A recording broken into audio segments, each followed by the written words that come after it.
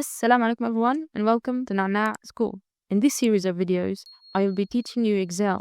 In the last video, I discussed some of the most common used functions in Excel.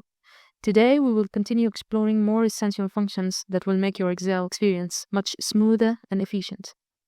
So let's dive right into it. Start by opening the program and selecting a blank workbook. For today's lesson, I'll be using the same last video sample table to demonstrate these functions. Here's the table.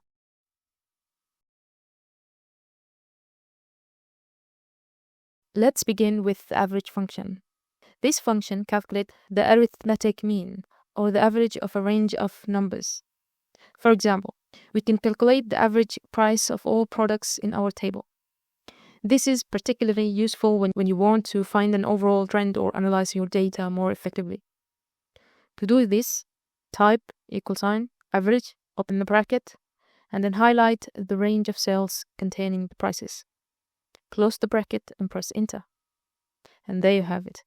The average price is 1.4. This function can save you time when working with large datasets by giving you quick insights. Next, let's explore the max and min functions. These functions are straightforward but extremely handy.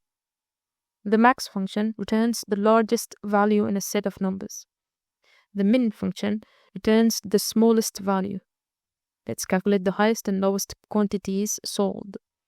In the cell here, type =max, open a bracket and select the range, close the bracket and press enter to get the maximum value. Repeat the same process for the min function by typing =min, open a bracket, select the range, and then close the bracket and press enter. And here you go. You now have the highest and lowest quantities sold in our table. These functions are excellent for identifying outliers or key trends in your data.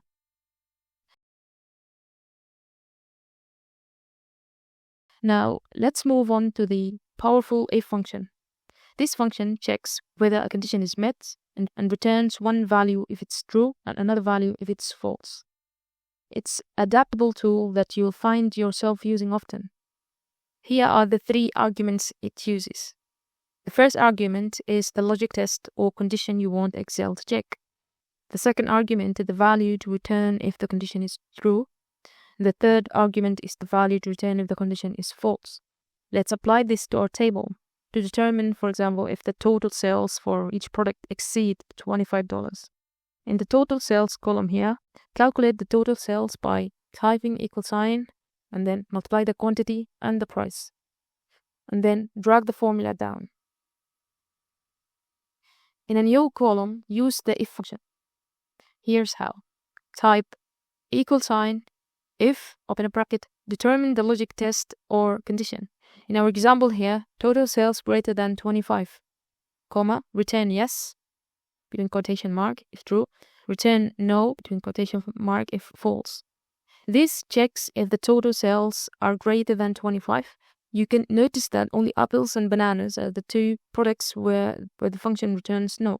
You can customize these outputs even more, like changing yes to above the target or no to below the target. To summarize, today we covered the average, max, min, and the if functions. These functions are incredibly useful and will save you a lot of time when analyzing data.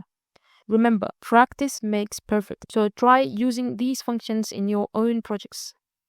If you have any questions, feel free to drop them in the comments below. I'll be happy to answer them. Don't forget to like, share, and subscribe to Nana School for more practical Excel lessons. Thank you for your time, and see you in the next video.